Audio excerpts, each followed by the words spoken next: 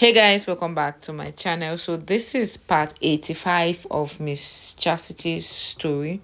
She married a man that didn't exist according to her. So if you are seeing this for the first time, it means you need to start from part 1. The link to the playlist is in the description, so kindly go check it out. Let's continue for those that are up to date. Part 85 of How I Married a Man That Didn't Exist. My response to her message was, I never gave that money for him because he didn't deserve it. I gave it to you because you asked, although she didn't deserve it either. I will never see it no matter what he says, and he will never help with the divorce or pay anything back since the moment I met him. I have to accept being fucked over by Rob one last time before I pick up my big girl panties and move on. I will prosper no matter what. But he ruined a huge part of my life and killed who I was. I'll never get that back either. She says, he will pay you back. He said that was the least he could do, because if you didn't do that, who knows where he would be right now. He said it saved his life, and he will definitely pay you back. Interesting. So, she ended up sending me $150 with the couch money.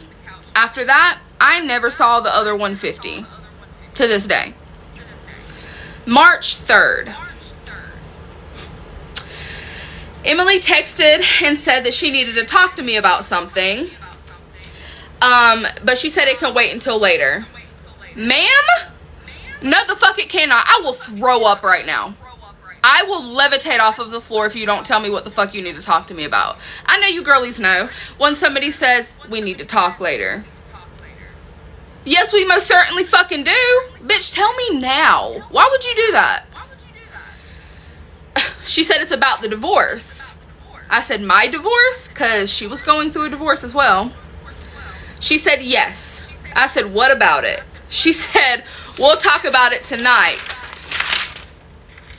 If you don't tell me right now, I said, I can't wait all day. Did Rob say something about it? It's as easy as that, bitch. You be texting everything else. She said, yes. He wants to pay the $172 to help you out. This divorce is a multi-part process. Once I pay one fee, bitch, there's another. Okay? I had already paid 2 fees at this point. Myself. I said, well, I'm happy to hear that he wants to step up in some way. What's the real reason he wants this divorce so bad? From the moment I filed, November 22nd of 2024, this man had not made a comment, a mention, a inclination of helping or where the process was. Not a fucking peep. And now all of a sudden you worried about the legal process? I know when something is up at this point. Emily said, he said he just wants it done and over with, just like you do. And I did tell you he's a totally different person when he's sober. I'm just the messenger. Baby, you are far more than the fucking messenger. You are the puppet master. Alright? I said back, I just looked at the invoice. It's 120, not 170. See, first of all, I'm not hyping myself up. Do you see what kind of person I am? I could have extorted his ass out of $50 and said it was really 170, but I did not.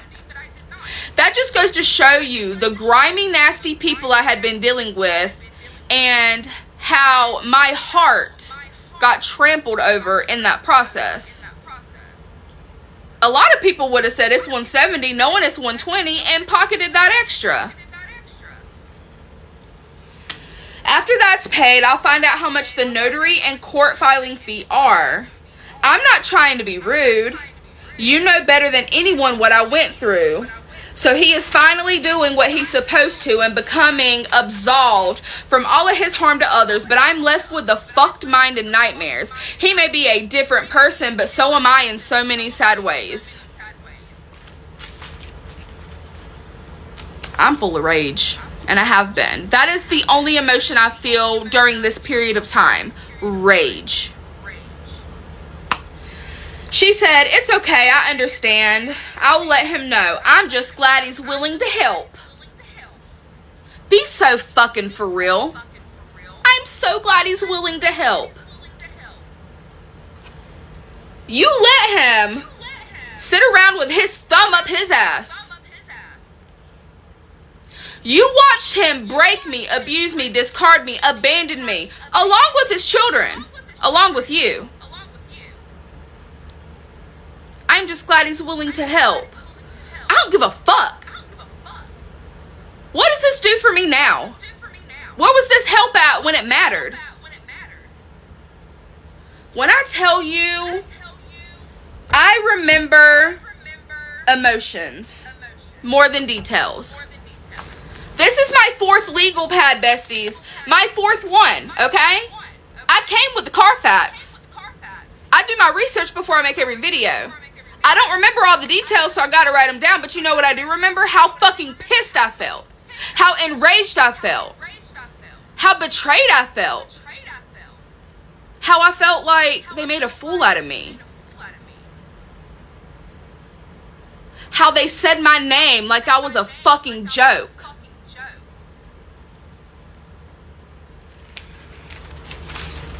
I'm glad he's willing to help. March 3rd. Later in the day. I was on my way home from work and I get another text from Emily. Are you guys fucking ready for this? I told you this story wasn't over. The text said to me, I just looked back at her text and she asked me what the real reason he wants this divorce. And I told her, you wanted it done and over, and so did he. I'm going to give y'all a minute to think about that statement, okay?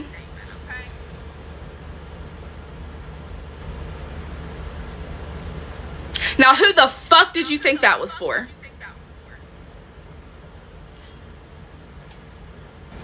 I texted her back immediately. I said, you sent that to the wrong person. Was that meant for Amber? She starts to scramble. She said, no, Rob.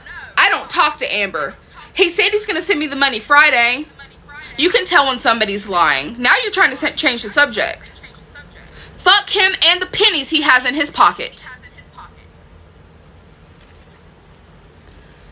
I said, that last part doesn't make sense. You wanted it done and over with. So does he. He is Rob. So who is the you in this situation? Because that wasn't for me. She said, I'm talking into my phone. It's Rob. I told you, I have nothing to say to that woman. Clock that. Put it in your back pocket. Now you're getting defensive. You know what? I used to be against talking into my phone, talk to text, because I thought that was for fucking old people. After I started this TikTok, and I, started replying to almost every single comment, and a lot of the messages I get, baby, my thumbs are tired. Okay? I talk into my phone now. I press that little button, I say what the fuck I gotta say, and it texts it out for me, and it is the greatest invention in this world. So trust me when I tell you, your words didn't get that fucking mixed up through talk to text. And I know it didn't. Now this talk to text don't be putting the fucking punctuation in these bitches. But there was punctuation in that text. Perfectly. In fact. I went back and I looked 5 minutes ago, besties. I told her, me, that you wanted the divorce to be done and over with, and so does he.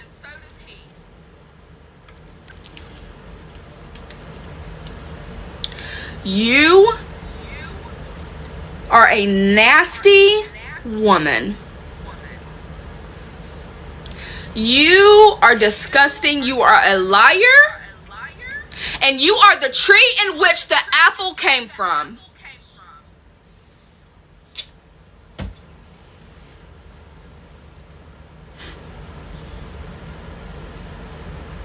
Lord bless this bloodline that they come from. Let's get into the next part. It is this reason, this and many more that we have clocked earlier in this story, is the reason why I've been saying you can't expect a mother like this to hold her son accountable. It is out of character for mothers like this. She's a bad mother. Plain and simple. She's a bad mother. So you can't expect her to breed a good offspring. Of course, there are some abnormalities in cases like this. But a woman like this, that is an enabler, come on. The son knows that whatever he does, the mom will be there to pick him up and support him. So that's why he goes about gallivanting, doing what all the nonsense she's been doing. Because he knows that there's nobody. The dad, I'm sure the dad must have gotten angry and, tired of saying the same thing over and over. Maybe that's why he even left the marriage. I don't know. But, of course, Miss Shashita also mentioned the father. The father is fed up. The man is fed up. He doesn't want to do anything with him anymore. Well, guys, I'll see you in part 86. Don't forget to like and subscribe.